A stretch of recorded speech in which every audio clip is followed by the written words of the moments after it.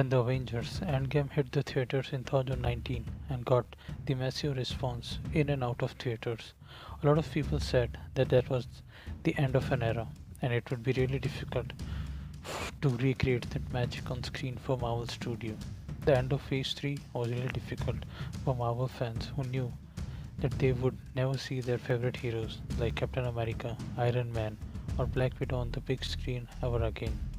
But Marvel Studio already knew that and they had a big plan in motion. They dropped multiple teasers and trailers in a row. Later, they released WandaVision, The Falcon and the Winter Soldier, and recently Loki, which was a massive hit on OTT. This made the talk in the town going about Marvel and its strategies to stay in the news. Meantime, they also released Black Widow on OTT and theaters, and that turned out to be a great success as expected. Later, they dropped teaser and trailers of their upcoming additions from Phase 4, Shang-Chi and the Eternals. I would say that these two were the least hyped Marvel movies and the fans did not really talk about them. Somewhere we were not ready for the change and kept going back to the Phase 3. Marvel dropped teasers over teasers of both of these movies and they could not create much of a buzz until the recent trailers where they revealed the villains. This one decision created a massive wave of excitement among Marvel fans, and just after the Marvel Studio released Shang-Chi, The Legend of the Ten Rings, in the theaters on 3rd September 2021. Before I dive into the technical details of the movie and tell you guys if I like the movie or not, I have one word to say about this movie. Wow. This movie was, of course, produced by Marvel Studios and distributed by Walt Disney Motion Pictures. It's 25th film of the Marvel Cinematic Universe and an introduction of the Phase 4.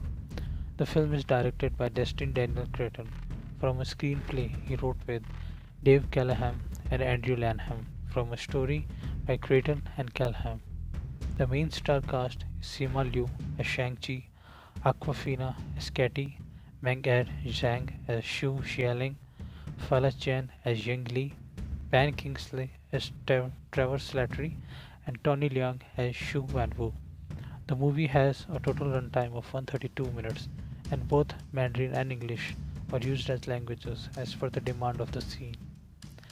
The story starts with Shu Wanwu, who found 10 rings, a mystical weapon which gave him eternal life and great power, using which Shu Wanwu conquered many kingdoms and toppled governments throughout history. But there was no end to his greed for more power. In search for more power, he discovered a village, Ta Lo, which had several mystical beasts. He was stopped by the village guardian, Ying Li, who defeated him in one-on-one fight, but Shu Wanwu fell in love with Ying Li. Later, they had two kids, Shang-Chi and Xialing, that compelled Shu Wanwu to leave his conquest for power, and he started living a normal life. Due to some incident, he lost his wife, and that made him hungry for more power again.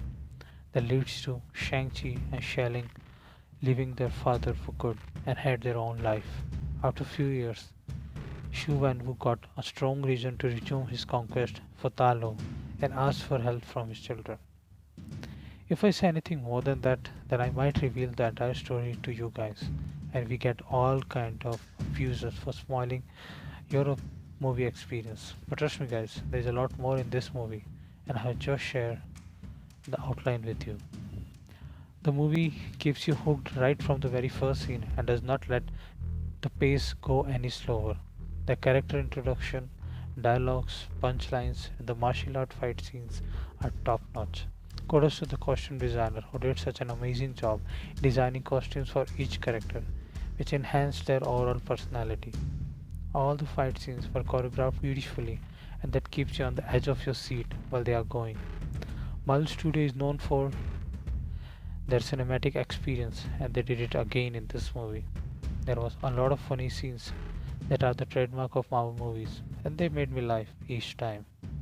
The story will connect with the Phase 3 on several occasions, and you will love the post-credit scene too. Just stay till the last slide. The entire star cast did a wonderful job, and especially Shu and Sima Liu. Both of them were completely convincing in their roles, and you could feel the person of their characters they were playing out of them. I would give them full points for their acting and the passion they played the action scenes with. Rest of the cast did a good job too, stayed honest to their characters. Though I know the characters and story are based on comic books and I should leave my logical mind home before going for a movie, but I could not stop wondering a lot of things on several occasions. It was amazing how conveniently the hero finds his way through the ongoing battle.